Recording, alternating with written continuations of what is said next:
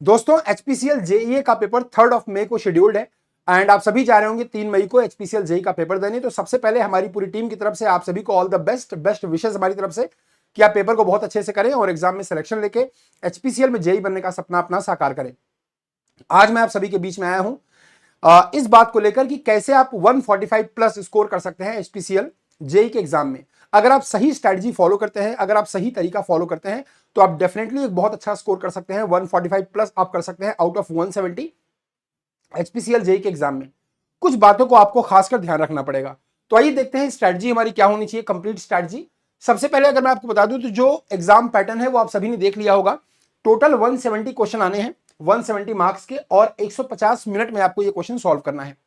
यानी कि अगर मैं देखूं तो पर क्वेश्चन आपको 1 मिनट से ज्यादा का टाइम दिया जा रहा है, जिसमें आपको जनरल एप्टीट्यूड है, इंग्लिश लैंग्वेज है, क्वांटिटेटिव एप्टीट्यूड है, इंटेलेक्चुअल पोटेंशियल टेस्ट है।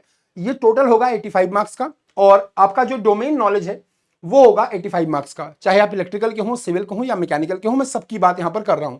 तो नॉन टेक आपको 85 मार्क्स का करना है और टेक्निकल भी आपको 85 मार्क्स का करना है। टोटल टाइम आपके पास 150 मिनट है, यानी कि 150 मिनट्स है। एंड टोटल क्वेश्चंस आपके पास 170, टोटल मार्क्स आपके पास 170 है।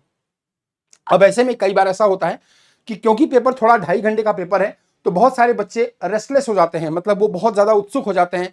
उनको लगता है कि यार पेपर बहुत ज्यादा लेंथी हो गया है, बहुत ज्यादा नंबर ऑफ क्वेश्चंस आ रहे हैं। तो इसमें अपने आपको एक पेशेंस का लेवल भी आप अपना मेंटेन रखना है ताकि आप 2.5 घंटे तक बैठ के आराम से पेपर दे सकें। 170 क्वेश्चन आपको करने हैं, ठीक है। आइए तो देखते हैं। सबसे पहले अगर मैं बात करूं कि आप स्ट्रेटजी क्या फॉलो कर सकते हैं, मैं दोनों ब्रांच की बात करूंगा, इलेक्ट्रिकल की भी मैकेनिकल की भी। आप किस स्ट्रेटजी को फॉलो करके आप 170 में से 145 प्लस मार्क्स इजीली ला सकते हैं। देखिए बेटा, आपका सिलेबस एचपीसीएल ने दे दिया है, चाहे वो मैकेनिकल का हो या फिर इलेक्ट्रिकल का सिलेबस हो। ये पूरा आपका एचपीसीएल के ऑफिशियल वेबसाइट पर पड़ा हुआ है, ठीक है। अब आपको करना क्या है, क्योंकि अब लास्ट में 3-4 दिन ही आपके पास बचे हैं, तो एक्चुअली आपको करना क्या है, बेसिकली आपको इन पूरे सिलेबस का जो भी इंडिविजुअल टॉपिक है उन सब को अच्छे से रिवाइज करना है। सब पर आपने शॉर्ट नोट्स बनाए होंगे, तो वो शॉर्ट नोट्स अच्छे से रिवाइज करिए और हर एक इंडिविजुअल टॉपिक पर कम से कम 10 क्वेश्चन सॉल्व कर लीजिए। जितने भी इंडिविजुअल टॉपिक आपको सिलेबस में गिवन है, एवरी टॉपिक पर कम से कम 10 क्वेश्चन आप सॉल्व कर लीजिए। एक स्ट्रैटेजी आपकी ये होनी चाहिए कि मैं कोई भी टॉपिक अनटच्ड नहीं रखूंगा, सारे टॉपिक को टच करके जाऊंगा, सारे टॉपिक को पढ़कर जाऊंगा, चाहे वो मैकेनिकल का हो या इलेक्ट्रिकल का हो।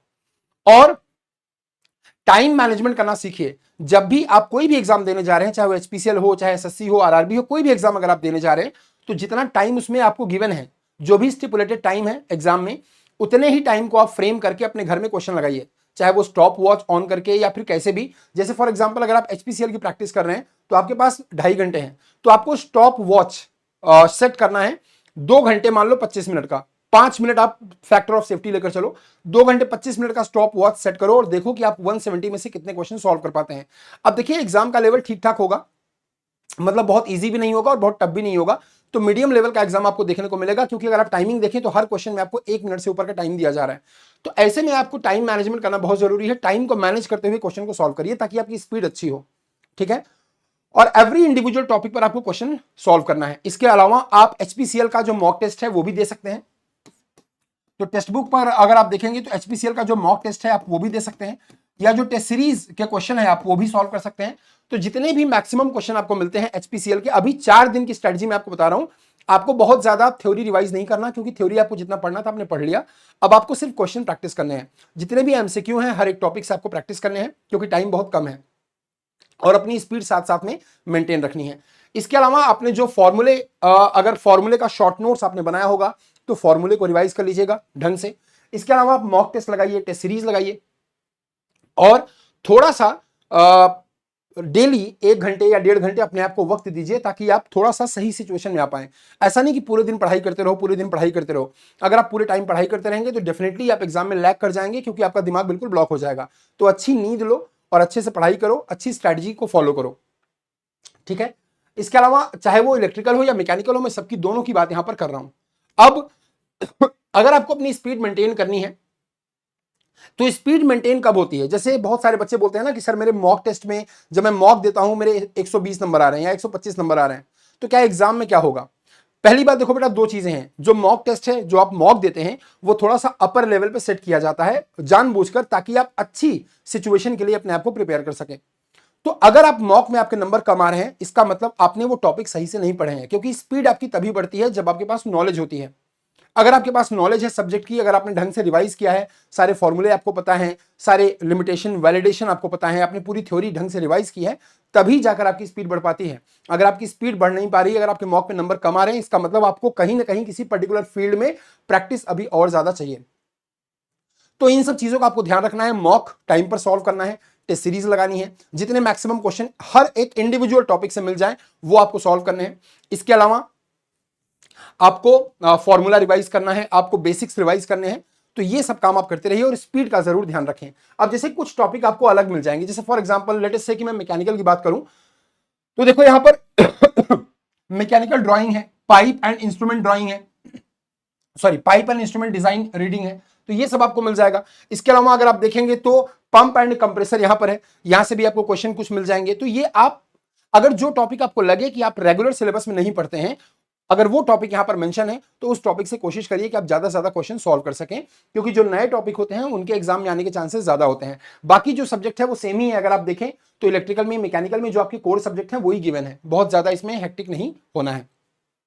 ठीक है, तो 4 पॉइंट मैं आपको बता दूं कि पहली चीज स्पीड को मेंटेन करिए, दूसरा हर एक इंडिविजुअल टॉपिक से क्वेश्चन लगाइए, तीसरा अपने दिमाग को थोड़ा बैलेंस रखिए, और चौथा मॉक टेस्ट दीजिए, टेस्ट सीरीज लगाइए और फॉर्मूले का रिवीजन करिए। अगर आप ये काम करते हैं तो आप अपनी स्पीड को और एक्यूरेसी को दोनों को मेंटेन कर पाएंगे और एग्जाम में अच्छा कर पाएंगे 3 मई के एग्जाम में। ठीक है, तो आप सभी को ऑल द बेस्ट एग्जाम के लिए।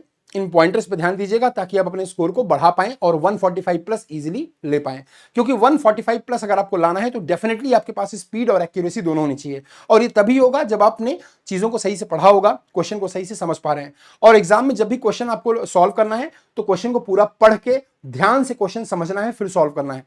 ठीक है, जल्दीबाजी में आंसर गलत नहीं करना है। तो ये रहा मेरे 4-5 पॉइंट जो आपको एक बूस्टर देंगे, आपके स्कोर को 145 प्लस लेकर जाएंगे अगर आप इन सब चीजों को सही से फॉलो करेंगे। तो चलिए गाइज मैं आपको बता दूं कि अभी हमारी मंथ एंड स्पेशल डील यहां पर चल रही है, जिसमें अगर आप किसी भी AJE की प्रिपरेशन कर रहे हैं, चाहे वो HPCL हो या आने वाला SSC हो या RRB JEE CBT 2 हो, DRDO सप्टम हो, जिसकी भी आप तैयारी कर रहे हैं, वो सब इसी एक पर्टिकुलर सब्सक्रिप्शन में कवर होने वाला है, AJE सुपर कोचिंग में। यहां पर आपको सब्सक्रिप्शन एक और एग्जाम अनेक, यानी कि बहुत एग्जाम आप दे सकते हैं एक सिंगल सब्सक्रिप्शन में, मल्टीपल एग्जाम की आप तैयारी कर सकते हैं, साथ में आपको फ्री स्मार्ट बुक भी दी जा रही है। अगर मैं बात करूं तो AJE मैकेनिकल में क्या इंक्लूड है, तो SSC, RRB, HPCL, DRDO, BTSC, state AE, state JEE, other AJE examination सब इसमें कवर्ड हो जाएंगे। और इसमें आपको टेक्निकल नॉन टेक्निकल का पूरा कवरेज मिलेगा, लाइव रिकॉर्डेड क्लासेस मिलेंगी, class notes, test series, smart book का इंक्लूजन भी इसमें हुआ है। फ्री एक्सेस आप कर सकते हैं हमारे सारे एग्जिस्टिंग बैच का, और जितने भी अपकमिंग बैचेस हैं AJE के, उन सब को आप फ्रीली एक्सेस कर पाएंगे। ये ऑफर आपको बहुत ही शानदार प्राइस पर दिया जा रहा है। ये जो मेरा वीडियो चल रहा है ना, इसी वीडियो के नीचे डिस्क्रिप्शन बॉक्स में आप जाए ना और AJE मैकेनिकल पे कर देना क्लिक। AJE मैकेनिकल पे क्लिक करोगे तो आपको 6 महीने की वैलिडिटी, 6+3 मंथ यानी कि 9 महीने की वैलिडिटी अभी आपको दी जा रही है। अगर आप प्राइस की बात करेंगे, यहां पर आप अप्लाई करिएगा कूपन, सो RMISHRA, ये आपको अप्लाई करना है। और अप्लाई करने के बाद अगर आप देखेंगे तो आपको ये 3099 में है, यानी कि मात्र 3000 रुपए में आपको 9 महीने का सब्सक्रिप्शन यहां पर दिया जा रहा है। साथ में आपको स्मार्ट बुक भी आपको मिल रही है, और उसके साथ PYP MCQ की बुक भी आपको दी जा रही है। सारे अपकमिंग बैचेस, सारे एग्जिस्टिंग बैचेस को आप फ्रीली एक्सेस कर पाएंगे। तो जल्दी जल्दी एनरोल करिए, ऑफर लिमिटेड टाइम के लिए है। सारे AE और सारे JEE के अगर आपको तैयारी करनी है तो एक सिंगल सब्सक्रिप्शन में यहीं पर आप कर सकते हैं। ठीक है, बाकी आपका जो भी डाउट होगा HPCL JEE के एग्जाम को लेकर, कमेंट बॉक्स में आप अपना कमेंट पोस्ट कर सकते हैं। जैसे ही मैं देखूंगा मैं आपको जरूर रिप्लाई करूंगा। आप सभी को एग्जाम के लिए ऑल द बेस्ट। दिमाग को सही से रखना बच्चे, और अच्छे से तैयारी करके जाना ताकि आप HPCL JEE को फोड़ पाएं। ठीक है, थैंक यू सो मच।